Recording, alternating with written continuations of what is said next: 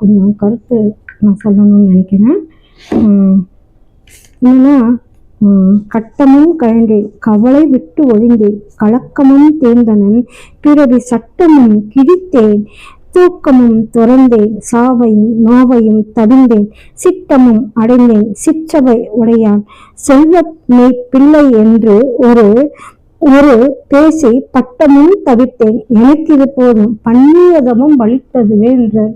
இதுக்கு எனக்கு தெரிஞ்ச சில அர்த்தங்கள்.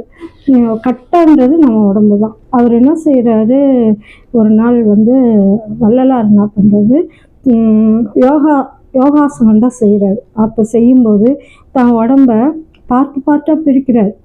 இந்த இந்த கை தனியாக, கணுக்கை தனியாக, முழங்கை தனியாக, அப்புறம் இந்த கை தனியாக, அது மாதிரி இந்த பாதம் ஃபஸ்ட்டு பாதம் தனியாக, முழங்கால் தனியாக, கணுக்கால் தனியாக, பாதம் தனியாக, கணுக்கால் தனியாக, முழங்கால் தனியாக, வயிறு தனியாக, மார்பகம் தனியாக, முழங்கை தனியாக, அப்புறம் இந்த கை தனியாக, கால் இந்த விரல்கள் தனியாக. அதே மாதிரி இந்த பாதம் தனியாக, இந்த கணுக்கால் தனியாக, தொடை தனியாக, அதுக்கப்புறம் வயிறு அடிப்பகுதி தனியாக, மார்பகம் தனியாக, இந்த முழங்கை தனியாக, இந்த கணுக்கை தனியாக, இந்த கை விரல்கள் தனியாக. இந்த மாதிரி தன்னை பிரித்து அகலப்படுத்த தன்னை பிரித்து ஒன்று தனித்தனியாக இருக்குது. அப்போ பிரித்து போட்டு அகண்ட நிலையில் படுத்துட்ருக்கிறாரு. இந்த தலை தனியாக எல்லாமே தனித்தனியாக படுத்துட்ருக்காரு. அப்போ ஒருத்தர் உள்ளே வந்துடுறாரு தெரியாமல். பார்த்தா அதிர்ந்து போயிடுறாரு, பயந்துடுறாரு. பயந்ததும் ஏங்கானும் இந்த மாதிரி அப்படியே அதிர்ந்து போகும்போது தானே ஒட்டிச்சு, கை காலெலாம் தானே ஒட்டிட்டு வள்ளலார் டக்குன்னு எழுந்துடுறாரு. அப்போ கேட்குறாரு ராமலிங்க அடிகளார் இந்த நேரத்தில் எதுக்காக நீங்கள் இங்கே வந்தீங்க அப்படின்றார். நான் பயந்துட்டேன், இந்த மாதிரி இருக்க அதிர்ந்துட்டேன் அப்படின்னு சொல்லி பயப்படுறாரு. அப்போ சொல்கிறாரு, அப்போ தான் இந்த பாட்டுக்கு விளக்கம் கொடுத்தாரு. கட்டம், உடம்புன்ற கட்டம், நம்ம தேகம்ன்ற கட்டத்தை தனித்தனியாக போடுறாரு. அப்போ தான் சொல்கிறார், கட்டமும் கழன்றேன் கவலையை விட்டு ஒழிந்தாராம். எவ்வளோ பெரிய விஷயம் பாருங்க, கலக்கம். அப்போ அவர் சொல்கிறார், இதை பார்த்து பயந்துட்டாரு. அப்போ இந்த உடம்ப தனித்தனியாக்கி பிரித்து காட்டுறாரு உடம்ப. எவ்வளோ ஒரு பெரிய விஷயம் பாருங்க. அந்த மாதிரி நிறைய சித்துக்கள் வள்ளலார் செஞ்சுருக்கார், சாதாரணமாலாம் செய்யலை. அப்போ தான் அதுக்கு விளக்கம் ஐயா 6ஆம் திருமுறையில் விளக்கம் கொடுத்துருக்காரு. சிவப்புண்ணிய பேரில் இந்த விளக்கம் கொடுத்துருக்காரு. அப்போதான் தன்னை உடம்புன்ற கட்டத்தை கழட்டி போடுறாரு. கழட்டி போட்டு எனக்கு கலக்கமும் தீர்ந்தது பிறவி சட்டம், இந்த பிறவியை அறுக்குது அவருக்கு. அப்போ பிறவி, இந்த உலக பிறவியை அறுக்குது. பிறவியும் சட்டமும் கிழித்தேன்றார். அப்ப தூக்கம் திறந்தேன்றார். எவ்வளவு பெரிய விஷயம், தூக்கத்தையே திறக்கிறாரு. அப்புறம் சாவையும் நோவையும் தவிர்ந்தேன்றார். எவ்வளவு பெரிய விஷயம் பாருங்க. சாவையும் நோவு, சாவுன்ற நோவு, பயம், துன்பம், கஷ்டம் எல்லாத்தையும் திறந்துடுறார். அப்ப தவிர்ந்தேன்றார். அப்ப சித்தமும் அடைந்தேன், அடைஞ்சேன்றார். சித்தமும் அடைந்தேன் சிற்றவை உடையான் செல்வ மெய்ப்பிள்ளை என்றொரு பட்டமும் சித்தமும் அடைந்தேன். சித்தம்னா சித்தி, சித்தமும் அடைந்தேன் சிற்றவை உடையான் செல்வ மெய்ப்பிள்ளை என்றொரு பேர் பட்டமும் தரித்தேன். நான் செல்வ மெய்ப்பிள்ளை, அருட்பெருஞ்சோதி ஆண்டவருக்கு செல்வ மெய்ப்பிள்ளை என்ற பட்டமும் தரித்தேன்றார். அருட்பெருஞ்சோதி ஆண்டவருக்கு செல்வ மெய்ப்பிள்ளையும் இறைவன் வள்ளலார் இறைவனுக்கே மெய்ப்பிள்ளையா மாறுறார். அந்த சரசரங்களுக்கும் அற்புதமான இடத்துல ஐயா இறைவனோட இறைவனா வள்ளலார் கலந்து நான் பட்டமும் தரித்தேன்றாரு. அப்ப எனக்கு இது போதும், எனக்கு இது போதும், புண்ணியதமும் பலித்ததுவேன்றாரு. எவ்வளவு பெரிய விஷயம். இது சாதாரணமா இதுல ஐயா இதான் எட்டனு இரண்டனு இயலும் முற்படியன அட்ட நின்றே அருப்பெருஞ்சோதின்றாரு. அதான் சொல்றாரு வள்ளலார். அது அகவல்ல இருக்கு. அதை கூட என்ன சொல்றாரு, அதையும் பிரிச்சு சொல்றாரு. பிரிச்சு இது பாதம் 1, கணுக்கால் 2, முழங்கால் தொடைப்பகுதி 3, அடிவயிறு 4, மார்பகம் 5, இந்த கை முழங்கை 6, இந்த கணுக்கை 7, இந்த கை விரல்கள் 8. அதே மாதிரி இங்கே என்ன சொல்றார் வள்ளலாரு, பாதம் 1, இந்த கணுக்கால் 2, தொடைப்பகுதி முழங்கால் 3, இந்த அடிவயிறு 4, மார்பகம் 5, முழங்கை 6, கை கணுக்கை 7, இந்த கை விரல்கள் 8. அதையும் என்ன சொல்றாரு, இந்த பக்கம் 8, இந்த பக்கம் 8. அதைதான் சொல்றாரு. எட்டன இரண்டன இயலும் முற்படியன அட்ட நின்றருளே அருப்பெருஞ்சோதி என்றார். அகவல்ல அதெல்லாம் சத்திய ஞான சபையா எண்கோண வடிவத்துல தன்னோட உடம்பையே பிரிச்சு அற்புதமா ஆக்கி சத்திய ஞான சபையே உருவாக்கியிருக்காரு. அவர் நம்ம உடம்பு வேற இல்லை, சத்தியஞான சபை வேற கிடையவே கிடையாது. அதான் வள்ளலார் என்ன சொல்றாருன்னா, சத்தியஞான சபை என்னுள் கண்டனன் சன்மார்க்க சித்தியை நான் பெற்று கொண்டேனேன் நித்திய அமுது நான் உண்டனன்றார். அமுதம் நமக்கு சொருக்கமா. அப்ப எவ்வளவு பெரிய விஷயம். அவர் அந்த வயிறு பகுதியை தர்மசாலை ஆக்கி இருக்கிறார். எனக்கு அவங்க வடிவுல உடம்ப வச்சிருக்காரு. அதெல்லாம் எந்த நேரமும் அன்னம் விரையும் போய்கிட்டே இருக்கு. அங்க வரவங்களாம் சாப்பிட்டுட்டு இருக்காங்க. எவ்வளவு பெரிய விஷயத்த ஐயா சர்வ சாதாரணமா இந்த அளவுக்கு ஒரு பெரிய விஷயங்களை நமக்காக கொடுத்துருக்காருன்னா நம்ம செஞ்ச பூர்வ ஜென்ம புண்ணியம். அது எப்பவும் நமக்கும் கிடைக்கும், எல்லாருக்கும் கிடைக்கும்ன்றாரு. அதுதான் பாதி இரவுல எழுந்து இறைவன் எழுப்பி விடுறாராம். எழுப்பி விட்டு இறைவன் வள்ளலார் நிலைய நாடஞ்சா போதாது, இந்த உலகத்துல அத்தனை ஜீவராசிகளும் அத்தனை பேர்களும் அடையணும்ன்றாரு. அதே மாதிரி இன்னொரு இடத்துல சொல்றாரு, இன்னொரு இடத்துல வாடிய பயிரை கண்ட போதெல்லாம் வாடினேன் பசியினால் இழைத்தே வீடுதோறு அறிந்தும் பசியறாத அயர்ந்த வேற்றரை கண்டு உள்ளம் பதைக்கிறாராம். ஐயோ அவங்களுக்கு சாப்பாடு கிடைக்கலையேன்ட்டு பதைக்கிறாராம். நீடிய பிணியால் வருந்துகின்றோர் என என் நேரில கண்டு உளம் துடித்தேன். ஈடின் மாணிகளாய் ஏழைகளாய் நெஞ்சி இழைத்தவர் தம்மை கண்டு இழைத்தேன்றார். கஷ்டப்படுறாங்க. ஐயோ என்ன சொல்றாரு பாருங்க, வாடிய பயிரை கண்ட போதெல்லாம் வாடினேன்றார். நமக்கும் அப்படிதான் வாடிய பயிர், நம்ம மனசு நம்ம எண்ணங்கள் என்ன பண்ணுது, வாடி போயிடுது. வாடி போனா பயிர் இந்த துன்பங்களும் கஷ்டங்களும் அந்த பயிர் வாடிய பயிர் நம்ம உடம்பு நம்ம மனசு எண்ணம்லாம் வாடிய பயிரா இருக்கு. அப்ப அந்த துன்பங்களும் கஷ்டங்களும் மரண பயம் எல்லாமே சேருது. அப்பதான் அதை நிவர்த்தி செய்யறதுக்கு தான் அவர் அவ்வளோ சொல்றாரு. நம்ம மனசு மட்டும் இல்லை, வாழ அந்த பயிருக்கே அவ்வளோ கஷ்டப்படுறாரு. நம்ம மனசும் வாடிச்சுன்னா என்ன ஆகும் சொல்லுங்க? இந்த துன்பம் மரணம் கஷ்டம் பயம் எல்லாமே சேரும். நம்ம உடம்பும் வாடிய பயிர் தான், நம்ம மனசும். அது வாடாத அளவுக்கு நாம நீரை செலுத்தணும். பயிர்களுக்கு எப்படி நீரை செலுத்துறோமோ அந்த அருளை நமக்குள்ள நம்ம செலுத்திக்கணும். செலுத்த செலுத்த செலுத்த சுத்தம் நமக்கு நல்ல வைப்ரேஷன் கிடைக்கும். நல்ல வைப்ரேஷன் சிந்தனை செயல் எல்லாமே என்ன செய்யணும், நம்ம இறை அருளை பெறதுக்கான முக்கியம். ஏன்னா காலமும் இல்லை நேரமும் இல்லை, எந்த நேரத்துல எமன் வருவானோ அதைதான் சொல்றாரு.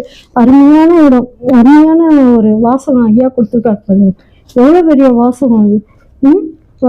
அப்ப நம்ம வாடிய பயிர் மாதிரிதான் நம்ம. அதனால அந்த பயிர் தழைக்கணும்னா நம்ம என்ன செய்யணும், தண்ணி ஊற்றணும். தண்ணி ஊற்றினாதான் அந்த பயிரும் தழைச்சி வரும். அதுக்கு நம்ம என்ன செய்யணும், முதல்ல என்ன செய்யணும், நம்ம மனசுன்ற வாடி போயிருக்கிற அந்த மனசுக்கு துன்பங்கள்லாம் விலகணும், மரணம்லாம் விலகணும், கஷ்டங்கள் எல்லாமே விலகணும்னா நம்ம செய்ய வேண்டிய முதல் வழி அருள் அடையிறதுக்கான வழியை தான் நம்ம தேடி போகணும். இறைவன் நமக்குள்ள அருள் வியாபித்து கொண்டே இருக்கிறார். அதை விட்டுட்டா வச்சுக்கோங்க, நம்ம இறைவனை நினைக்கலன்னா, இறைவன் சிந்தனையில இல்லைன்னா, ஜீவகாரணம் இல்லைன்னா மற்ற துன்பங்கள்லாம் வரும். உபகார சக்தியை நம்ம பெருக்கிக்கணும். அந்த உபகார சக்தி தான் நமக்கு அருள் சக்தி கூடும். அப்ப எல்லா உயிரும் வாடுது. எப்படி சொல்ற பாருங்க, வாடிய பயிரை கண்டபோதெல்லாம் வாடினேன், பசியினால் இழைத்தே வீடுதோறு அறிந்தும் பசியாராக அயர்ந்த வேற்றலை கண்டு பதைக்கிறாராம். பதைத்தேன், சாப்பாடு இல்லை, என்ன செய்யறது?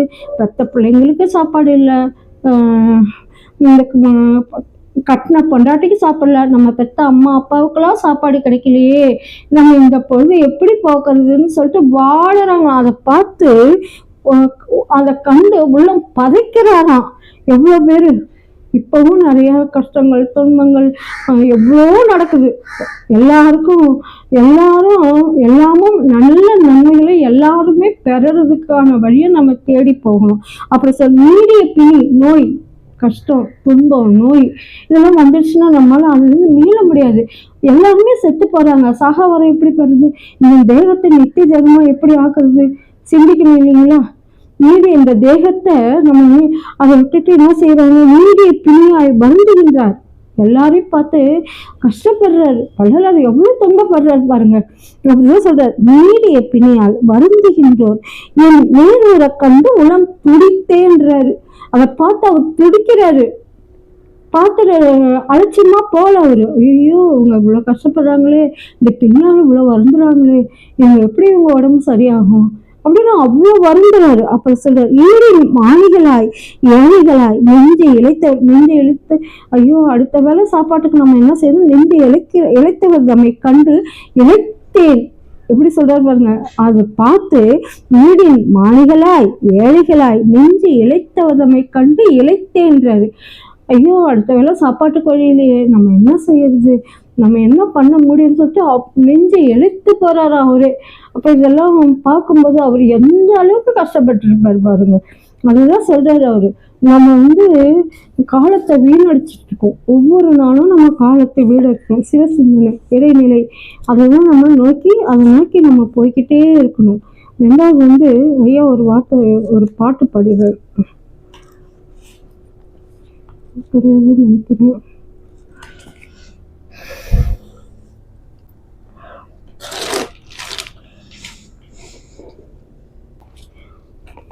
ஓடுகின்றனன் கதிரவன் அவன் பின் ஓடுகின்றன ஒவ்வொரு நாளாய் வீடுகின்றன என் செய்வோம் இனி அவ்வெய்ய கூற்றுவன் மிகுந்திடில் என்றே வாடுகின்றனை அஞ்சலை நெஞ்சே மார்கின்றேயம் மாண்பை அறிந்திலையோ நாடுகின்றவர் நாதன் தன் நாமம் நமச்சிவாயம் கான் நாம் பெறும் துணையே என்றார். ஐயா என்ன சொல்றாரு? இதை நம்ம அவசியம் கவனிக்க வேண்டிய விஷயம். ஓடுகின்றனன் கதிரவன் அவன் பின் ஓடுகின்றன ஒவ்வொரு நாளும் ஓடிக்கிட்டே இருக்கு. வீடுகின்றன என் செய்வோம்? வீடு நம்ம என்ன செய்யறது? ஒவ்வொரு நாளா போயிட்டே இருக்க, நம்ம என்ன செய்யறது? இனி அவ்வெய்ய கூற்றுவன் வெய்ய கூற்றுவன் எப்ப நம்ம உயிரை எடுக்கணும்னு பாக்குற வெய்ய கூற்றுவன் வெகுண்டிடில் அது எப்ப நம்மளை தூக்கணும், நம்மளை போட்டு தள்ளணும், அழிக்கணும்னு நினைக்குது. வெய்ய கூற்றுவன் வெகுண்டிடில் என்றே வாடுகின்றன. ஐயோ அவன் வந்துடுவானேன்னு வாடுகின்றனை அஞ்சலை நீ நெஞ்சே அஞ்சாத நெஞ்சே நீ மார்கண்டேயன் மாண்பை அறிந்தலே என்றார் ஐயா. அதாவது அந்த மார்கண்டேயன் என்ன செய்தார்? சிவபெருமான கட்டி பிடிச்சுக்கிறார், லிங்கத்தை கட்டி பிடிச்சுக்கிட்ட யமன் அவனால ஒன்றும் பண்ண முடியல. மார்கண்டேயன் தன் மாண்பை அறிந்தலையோ, அந்த விந்து சக்தி கீழே இறங்காம மேலேற்றி புலமத்தில கொண்டு வர்றார், விந்த வீணாக்காம. அதனாலதான் மார்கண்டேயன் லிங்கத்தை கட்டிப்பிடிக்கிறாருன்னா காரணம் என்னன்னா, அந்த அருளாற்றல் அதை கொண்டு அந்த விந்தை கொண்டு இங்க மேல பெருமத்திக்கு கொண்டு வர்றாரு. அதனாலதான் அவரோட மாண்பை அறிந்திலையோ, அதனாலதான் அவர் இன்னமும் மரணம் இல்லா பெருவாழ்வில் இருக்கிறார். மார்க்கண்டேயன் தம் மாண்பை அறிந்திலையோ நாடுகின்றவர் நாதன் தன் நமச்சிவாயம் நாம் நாடுகின்றவர் நாதன் தன் நாமம் நமச்சிவாயம் கான் நாம் பெருந்த நமச்சிவாயன் சிவாய நம்ம உள்ள இருக்காரு. இறைவன் வீட்டு இருக்கிறாரு. அண்ணாக்கு மேல உச்சந்தலை கீழே நடுவுல பூர்வ மத்தியில இருக்கிறார். மார்க்கண்டேயன் மாண்பை அறிந்தலையோ நமச்சிவாயன் கான் நாம் பெரும் துணையே. அவர் துணையை நம்ம விட்டுடக்கூடாது, இந்த உடம்பை விட்டுடக்கூடாது. ஐயா அதான் சொல்றாரு, இது வருகின்ற நேரம் அது வரைக்கும் நம்ம உடம்ப ஜாக்கிரதையா பார்த்துங்க அதி தீவிரத்துல இருங்கன்னு அவர் அவ்வளோ அதி தீவிரத்துல சொல்றாரு. இந்த உடம்ப விட்டுறாதீங்க. இதை இறைவன் வெளிப்படுற காலத்துல அவரோட நம்ம ஒப்படைக்கணும்.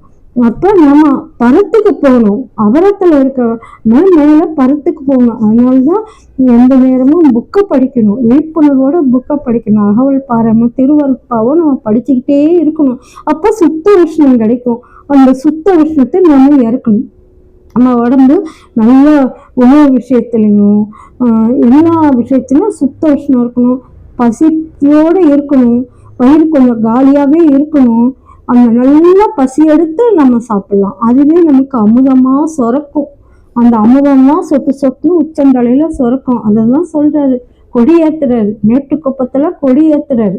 அப்ப அவர் சொல்றாரு, என்ன சொல்றாருன்னா, அந்த கொடியில மஞ்சளும் மேல கீழே வெள்ளையுமா இருக்கு. அந்த கொடி ஏத்துறாரு. அண்ணாக்கு மேல உச்சந்தலைக்கு கீழே ஒரு ஏற இறங்க ஒரு கொடி இருக்கு. அதுக்கு நடுவுல அந்த கொடியில மஞ்சளும் வெள்ளையும் ஒரு ஜவ்வு தொங்குது. அப்ப ஏற இறங்க இருக்கும்போது அந்த இதுதான் புருவ மத்தியில இருக்கு. அது நான் இது அகப்புறத்துல இருக்கு. அத வெளிப்புறத்துல ஐயா கட்டுறாரு. அதான் சொல்றாரு, யாருமே சன்மார்க்க தெரியல அப்படின்னு கஷ்டப்பட்டு இனிமேல் எல்லாரும் தெரிஞ்சுக்குவாங்க, அதை கடைபிடித்தேன் கொள்வாருங்க. அது தவறான வார்த்தை. அததான் ஐயா சொல்றாரு. இதை நான் இது வரைக்கும் எல்லாருமே தெரிஞ்சிக்காம இருந்தாங்க. அந்த மஞ்சளும் வெள்ளைன்ற ஜவ்வு நமக்குள்ள இருக்கு. கொடி ஏற இறங்க இருக்கு. அதை நம்ம உள்புறத்துல பார்க்கலாம். அதை வெளிப்புறத்துல அதை கட்டி விட்டு அதை இதுதான் இந்த கொடிதான் நமக்குள்ள இருக்கு, இது நம்ம மேலேறி போகணும். அதான் ஏறான நிமிஷம் ஏற்றி என்னன்னு இந்த 6 காட்டி அருட்பெருஞ்சோதி அந்த கட்டி விட்டு அவர் அதான் சொல்றாரு. அதுக்கு அப்பதான் அவர் பேருபதேசம் சொல்றார். பேருபதேசம் படிச்சு சொல்றார். இதுதான் இந்த விடாதீங்க. நாம அகத்துல நம்ம அதுதான் சொல்றாரு. அந்த வார்த்தையெல்லாம் சொல்றாரு. அதுதான் பேருபதேசத்துல எல்லாமே இருக்கு. நம்ம படிச்சு பார்த்து நம்ம தெரிஞ்சுக்க வேண்டிய முக்கிய கருத்து. இந்த தேகம் நித்திய தேகமாகும். அதாவது மார்க்கண்டேயனோட மார்பை நம்ம அறிஞ்சோம்னா இனி பிறவி அறுக்கணும்.